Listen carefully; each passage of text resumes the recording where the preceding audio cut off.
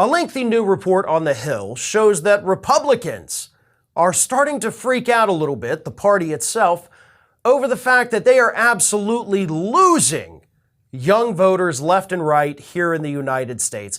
About 65% of voters between the ages of 18 and 30 support Democrats over Republicans. Republicans only get about 35% of that age group, which together with the millennials makes up the largest voting bloc here in the United States, even bigger than the baby boomers. And they're wondering, where the hell did we go wrong? Why can't we attract these darn young people? Why don't they like tax cuts for the rich? Why don't they like our attacks on women's reproductive freedom? Why don't they like our culture war issues? And the answer, of course, is quite simple. This younger generation, both the 18 to 30-year-olds as well as the millennials, who are a little bit older than that, they're far more progressive than their predecessors. They're far more accepting of different people, whether it's immigrants or whether it's the LGBTQ community. They openly embrace these people and they don't see them as pariahs. They don't see them as a group that we need to be discriminating against with legislation. They welcome them as equals, as we all should. So that's why the culture war stuff is not attracting these young voters. On the policy side, this is an age group that overwhelmingly cares about the issue of climate change, something Republicans have been ignoring for many decades now.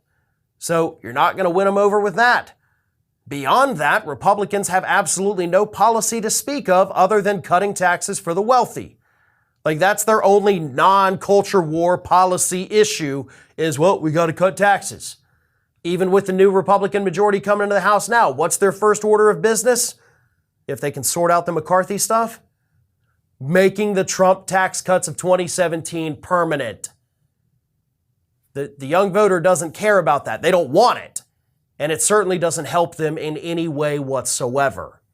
So that's why they're struggling with this age group. But it gets a little worse for Republicans when you dig more into the data. Because not only does the data show that this group by almost 2-to-1 favors Democrats over Republicans, but it also shows that this age group, as they get older, they're not becoming more conservative, which is what happened with all the previous age groups. So you've got your millennials, you've got your Gen Z generation getting older, not old yet, but they're getting older, and they're not becoming more conservative. See, that's the real problem. It's not just that you lost the younger generation and, oh, we got to wait 20 years for them to come over to our side. It's the flip that's not happening. And that's what's freaking the Republican Party out even more. Because the people that are voting Republican are dying off. That's what happens as you age. And as that age group continues to get smaller, you've got a whole new generation of progressives coming up in the wings. And that doesn't bode well for the Republican Party's longevity. Now, that's not to say that the Republican Party is going away. I would love for it to. It might in the future, 2-3 generations down the line. It's something that is absolutely possible if this trend continues.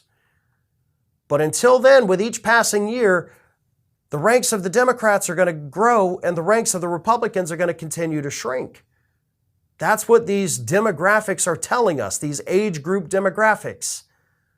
So Republicans, you may want to go ahead and enjoy this slim majority you have in the House right now, because if the younger generation has anything to say about it, it may be the last time you get a chance to have a majority in either chamber.